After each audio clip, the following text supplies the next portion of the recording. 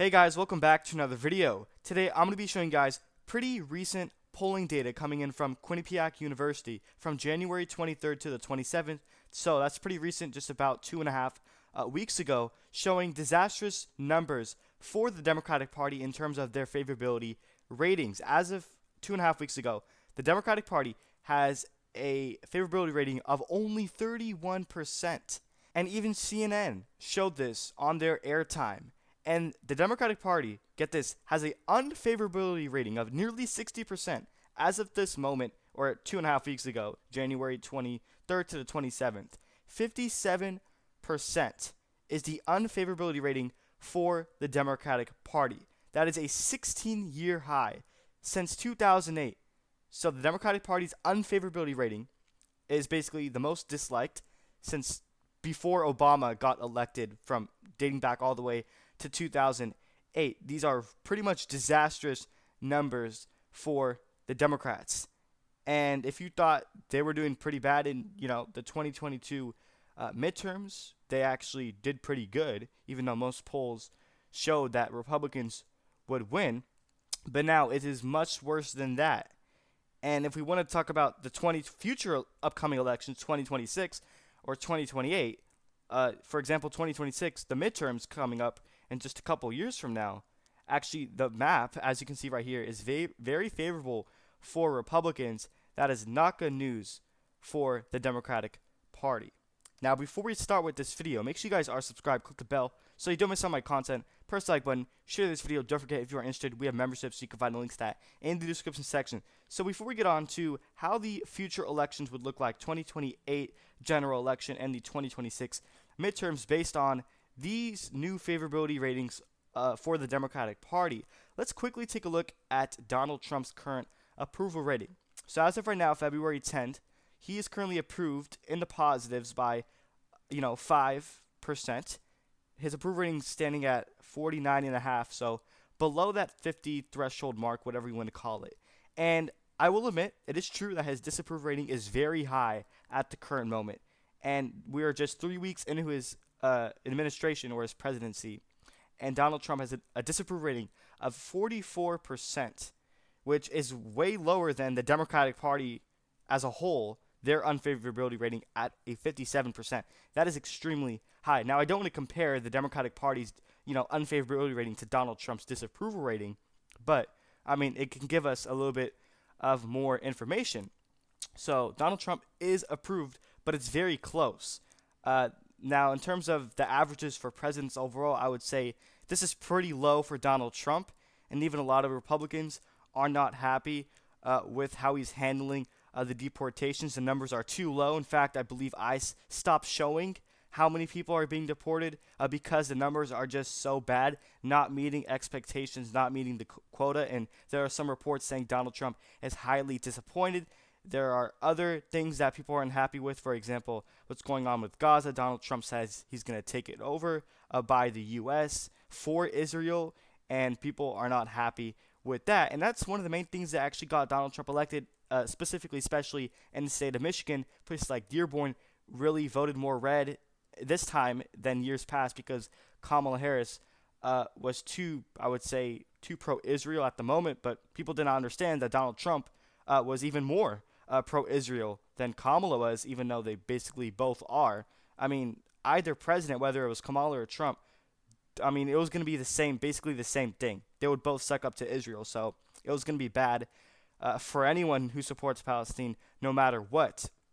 But let's begin with this map. So how would the future, upcoming elections, 2026 included, and the 2028 election look like if the numbers remain? Let's just say if these numbers stay the same, they don't have to be the exact same, but if they are similar from 2 years out from now, so for the 2026 midterms, if it's around a 57% unfavorability rating for the Democrats. Now, I know this is just one poll, but Quinnipiac University is a very highly rated pollster. You can find that on 538 and RCP as well.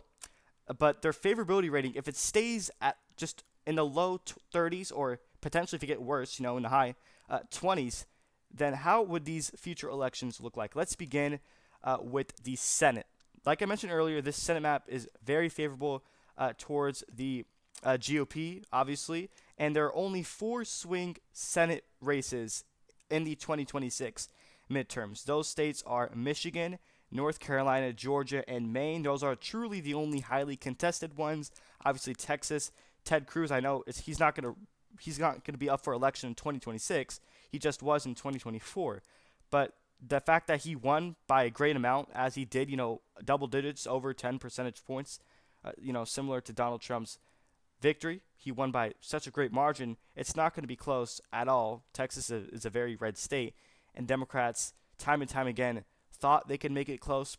Some even said they would flip it. That did not happen, and it's just became a disaster. And especially considering these favorability numbers for the Democratic Party, just disastrous numbers for them. They will not flip Texas anytime soon. In fact, the state is only going to get redder, and I'm not sure why. I have South Dakota, Nebraska, Oklahoma, Kansas filled in red. That was an error. Now I fixed it. So let's begin with these only four competitive Senate races in the 2026 midterms. Georgia. So let's just say if Brian Kemp does win, it's going to be against John Ossoff, who won the special election back in the 2020 election. Now, John Ossoff is a pretty strong Democratic candidate, but Brian Kemp is just way more stronger on the Republican side because he is the very popular governor from the state. He defeated Stacey Abrams, I believe, not once but twice as well in the 2022 midterms as well by a margin of 7% when Herschel Walker lost by 2%. Therefore, it goes to show you how strong he is. So if Brian Kemp does end up running, then I believe Georgia will lean Republican on the Senate because obviously the Senate is a little bit easier for Democrats, so that's why it's lean instead of likely.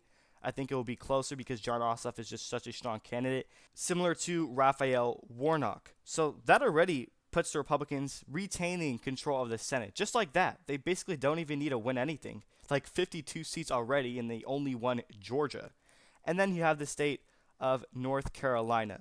Now, I honestly can see the Democrats winning this one. But by the way, we go back to Georgia real quick. If Brian Kemp does not run, I think Democrats can very well win this. But if their margins in terms of favorability is just so bad, like favorability only at 30%, and unfavorable is nearly at 60%, like that's the worst since 2008. Like, that's a 16-year high in terms of unfavorability. The Democratic Party is so disliked at the current moment. Now, if these numbers do indeed hold for the next 2 years, then Georgia's Senate race will probably go lean Republican, and same thing goes for North Carolina's Senate race as well. Now, here's when things get really interesting and probably, better news for Democrats. Michigan, obviously, I believe their senator is retiring. Therefore, it will be open, which gives Republicans a better chance. I believe if the Republicans do nominate Mike Rogers, just how they did it in 2024, he almost won. Alyssa Slotkin only won by 0.3%. So he almost could have won that. So if the Democrats nominate someone like Pete Buttigieg, which there are rumors Pete Buttigieg, who's not even from that state, he's from Indiana, obviously, but he is allowed to run for Michigan's Senate race. If he does do that, let's just say he's not the best candidate. I think Mike Rogers, the fact that he almost won in 2024, I think that race could definitely be close. It's going to be close for sure. And honestly, Mike Rogers does have a real chance of winning if Pete Buttigieg is the nominee. I just don't think he's that good of a candidate. I mean, he was pretty decent when he ran for president in the 2019 primaries. He didn't do that bad for considering that was his first time running, but still, to run for Senate is a whole different thing. So I think Maine as well, I believe it's going to be Susan Collins, and there's polls time and time again, every time she's running, showing she's going to lose, and then she ends up winning. That just does not happen. Time and time again, the polls in Maine's Senate race underestimates Susan Collins. So if that does happen again, I think Republicans can win it by a tilt margin. It's going to be very close. I won't be shocked if the Democrats do win that. I think they might be favored, actually. But considering if these numbers do stick around for the next 2 years, a very high unfavorability rating among the Democratic Party and a very low favorability rating, then if that's the case, then the Senate will be potentially 55 seats for the Republicans to the Democrats' 45 seats. This is bad. So 55 seats is what you're looking at for Republicans if the numbers do hold according to Quinnipiac University, for the Democrats' favorability ratings, Republicans could potentially get up to 55 seats, expanding their 53 seat majority, because it wasn't, it's not that hard to do, because if you take a look at the 2024 election, Republicans actually almost won in Michigan, like I just mentioned, within zero point 0.3. Same thing goes for Wisconsin. There was a number of Senate races in 2024 that Democrats won, but by a very narrow margin of just under a percentage point. Even Wisconsin, which obviously is not up for 2026, so let's just skip that. Tammy Baldwin only won by a percentage point, and she's supposed to be a juggernaut. And Nevada, Jackie Rosen only won by like what, 1 point, and in Arizona it was similar as well. So it's not too far off that Republicans can get 55 seats, especially if these numbers remain terrible for the Democratic Party in terms of how favorable they are. They are very unfavorable at the current moment. We will continue to monitor these numbers. If it does get worse, then that's very bad for them, obviously. But now let's take a look at the 2028 general election. If these unfavorability numbers remain the same, not exactly, but if it's similar, if from 4 years out, which I don't expect it to be, I think once the Democrats have their primaries in 2019, or excuse me, no, 2027, then I think their favorability rating would increase just slightly. So we actually take a look at Illinois. Kamala only won that by 11 points. We're talking 4 years away from now, which this state can shift further to the right. So let's just say if it's Gavin Newsom versus J.D. Vance, Illinois will be likely for Democrat. It could fall to 9%, maybe possibly under 10%. I'm not quite sure. It's, depending on how the environment is. And we're basically judging this video based on these favorability numbers alone. So if that is the case, Illinois is likely.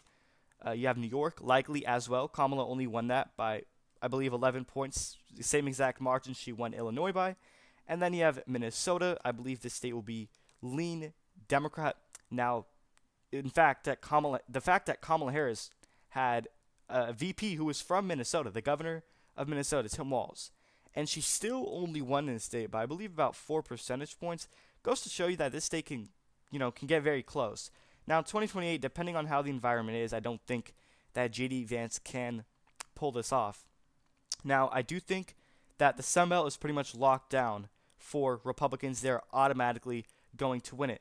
Now, I know there are people saying that once Donald Trump leaves, obviously he can't run again in 2028 for a third term, Republicans, it will be almost impossible for them to win. Now, that may be true for the Rust Belt, but in terms of the Sun Belt, even before Trump ran for president in 2016, like in the Mitt Romney era or the McCain era, the Sun Belt was pretty much red. In fact, it was more red than when Donald Trump ran.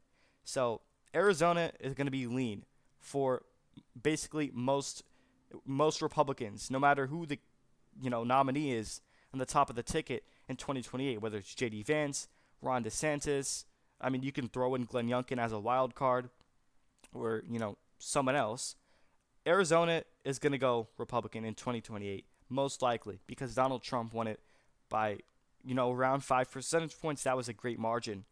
And then you have Nevada. This state has shifted heavily towards the Republican Party. They currently have a Republican governor. They voted for Donald Trump by 3 percentage points, and especially the Vegas area, Kamala only won that by 2 points. I believe Biden won it by 9 in the 2020 election. So that's not good for Democrats, especially this is based on specifically if their numbers in terms of favorability remain this poor. So now, as of Georgia, I honestly think Democrats can win Georgia. It depends who they nominate. For example, if they nominate Gavin Newsom, he's not a strong candidate, so I do see J.D. Vance winning that. But Donald Trump only won this state, keep in mind, by 2 percentage points. Each election, this state keeps getting bluer. Now, I know it actually shifted towards the right in 2024, but that was a less favorable year for Democrats. If they ran someone better, and if Kamala, was nominated way before, if they actually ran a primary and gave her the chance for people to know her better, then I think she could have actually won Georgia. So Georgia, if you're a Republican, you should be scared, because I think Democrats can actually win this in 2028 and potentially 2026 as well if Brian Kemp does not run for the Senate. So, but let's just say if these favorability numbers remain this poor, then Republicans could very well win this state again. Now, you take a look at North Carolina. This state, you can argue, is shifting towards the left, but I mean, in 2024, it did not really look like that's the case.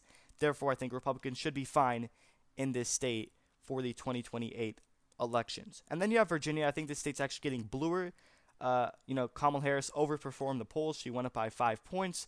It was supposed to be decided within, I believe, like 3% was the final polling average on, RCP or something like that on the last week prior, the final week prior to the election. So she actually overperformed the polls. I think if they nominate someone stronger, let's just say like Josh Shapiro, for example, I think he is the strongest candidate, that Virginia will be a very blue state in 2028, regardless of how unfavorable the party is overall. And then you have the blue wall states, obviously. Actually, New Jersey. Let's go to New Jersey real quick. Kamala only won it by a little bit over 5 percentage points. Keep in mind, Biden actually won it by 16 points. Hillary Clinton, who you can argue is a bad candidate, still managed to win it by 14. So, and Kamala only won it by 5.5. So, considering that, I think this state will be a lean Democrat state in 2028. Based on these unfavorability numbers, if they do in fact hold, then you can very well be looking at a under 5% victory for Democrats in the state of New Jersey for 2028. And especially if they nominate a not so great candidate like Gavin Newsom, for example, who has no name recognition from he does have name recognition, obviously, especially from the West Coast, but he's not from the East Coast, and New Jersey is obviously very far from his home state of California, so I don't think he can, I don't think he can do good at all. And then you have the state of New Hampshire. I do think the state's actually shifting towards the left. So regardless of how bad these numbers are for Democrats, I still think this state will be likely Democrat in 2028. Kamala still managed to win it by almost 3 percentage points. It has a lot of college-educated voters, and that group specifically really pans out well for Democrats. So now we move lastly towards the blue wall states. This is where it gets really tricky. And for Republicans, you have to play your cards correctly. If you nominate someone like Ron DeSantis, who's from the Sunbelt state of Florida, he's not going to do good in some of these Rust Belt states. And the fact that Wisconsin was so close, and it was the bluest actually voted to the left of Michigan and Pennsylvania, it only went to Trump by 0.8%, then I think Democrats will likely flip this state. And I know likely is a very bold take, but I think that they could get Wisconsin in 2028. And the fact that Trump is not doing that well in terms of what's going on with Gaza, his favorability, that's a very unpopular take that Trump wants to take over Gaza. And I think the fact that that's basically what got him elected, I think this state it'll shift it to the left more, and I think Democrats can actually potentially win Michigan in 2028. Now, what they won't win is Pennsylvania. I think if they nominate Gavin Newsom or Gretchen Whitmer, for example, actually, not Gretchen Whitmer. I think she would actually potentially win Pennsylvania. But if they nominate someone like Gavin Newsom, for example, or Pete Buttigieg, Republicans, that's an easy win for them. And I think J.D. Vance is a very strong candidate. He's from the Rust Belt. Obviously, Ohio literally borders Pennsylvania and Michigan, which is why I think if these numbers do remain poor, then Republicans actually will get Michigan potentially in 2028. So I think Pennsylvania, obviously, I think we can all agree that it is the reddest Rust Belt state of the three moving forward in the future.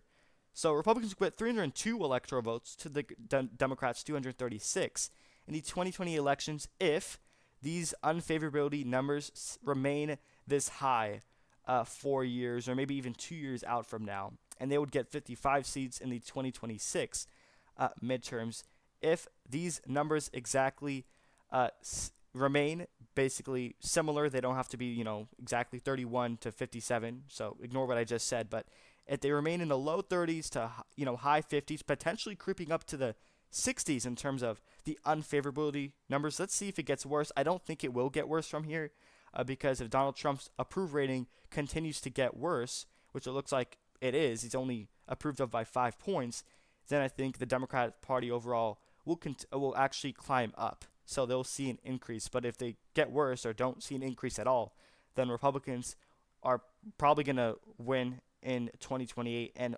more than likely win in the 2026 Senate race as well. So that's pretty much it. One last fine reminder is to subscribe, click the bell so you don't miss out my content. Press the like button, share this video. Don't forget we do have memberships. You can find links in the description section if you are interested. And one thing to ask you guys in the comment section down below is, do you think that the favorability rating for the Democrats will remain this low at just 31% from, let's just say, a year out from now, or do you think it'll get worse? And do you think that the unfavorability rating will remain pretty high at nearly 60%, or do you think that they will do better as Donald Trump's approval rating continues to fall because his expectations are not being met? So that's pretty much it. Thank you, everyone, for watching.